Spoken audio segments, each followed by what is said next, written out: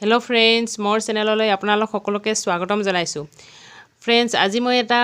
প্ৰশ্ন উত্তৰ দিবলৈ ওলাইছো আৰু প্ৰশ্নটো হৈছে যে মোৰ অমিতা গছখিনিৰ যিখিনি ভিডিও আছে তাত প্ৰায় এটা কমেন্ট আহে যে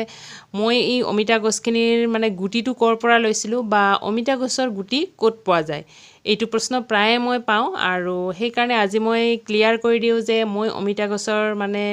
গুটি লোৱা নাছিলো বা গুটি পচাই মই কৰা নাছিলো মই নাৰ্সাৰীৰ পৰা পুলি আনিছিলো আৰু পুলি আনিহে ৰুইছিলো এনেকৈ মই নাৰ্সাৰীৰ পৰা পুলি আনিছিলো মই সেই সময়ত ভিডিও কৰিব পৰা নাছিলো আৰু মই সেই কাৰণে কেইটামান ক্লিপে উঠাই দিছো মই কেনেকৈ আনিছিলো আৰু এইখিনি মানে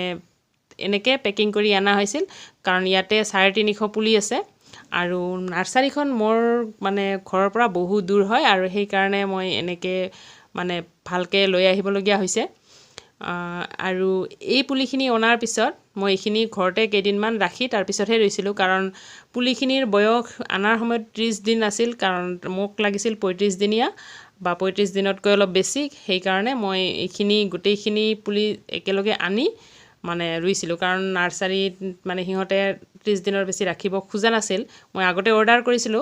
আৰু অৰ্ডাৰ কৰি থৈ দিছিলো হিহতে তেনেকৈ কৰিছে 30 দিনৰ দিনা মোক দি দিছে আৰু মই নাৰ্সাৰীত সুধিছিলো যে এই ইয়াৰ গুটিখিনি কৰ পৰা আনে হিহতে কৈছে যে গুৱাহাটীৰ ডাঙৰ ডাঙৰ যিবিলাক মানে এগ্ৰিকালচাৰ শপ আছে তাৰ পৰা গুটিখিনি লৈছিল আৰু হিহতে পচাই মোক পুলি বনাইহে দিছে আৰু মই পুলিখিনি এনেকৈ ৰাখিছিলো উলিয়াই গুটেইখিনি একেলগে আৰু তাৰ পিছত মই ইয়াত একো হাড় দিয়া নাছিলো মানে আনাৰ পিছত একো হাড় দিয়া নাছিলো হিহতে সকলো দি দিছে মই অকল মানে পানী দিছিলো পানী দি ইহতক ডাঙৰ কৰি তাৰ পিছতহে মই ৰুইছিলো আৰু মানে ইয়াৰে পুলি এডালো বেয়া হোৱা নাছিল গুটেইখিনি ভালে আছিল অকল ৰুৱাৰ সময়ত দুই এডাল হৈছিল যদিও মানে তেনেকৈ প্ৰায় ভালে আছিল পুলিখিনি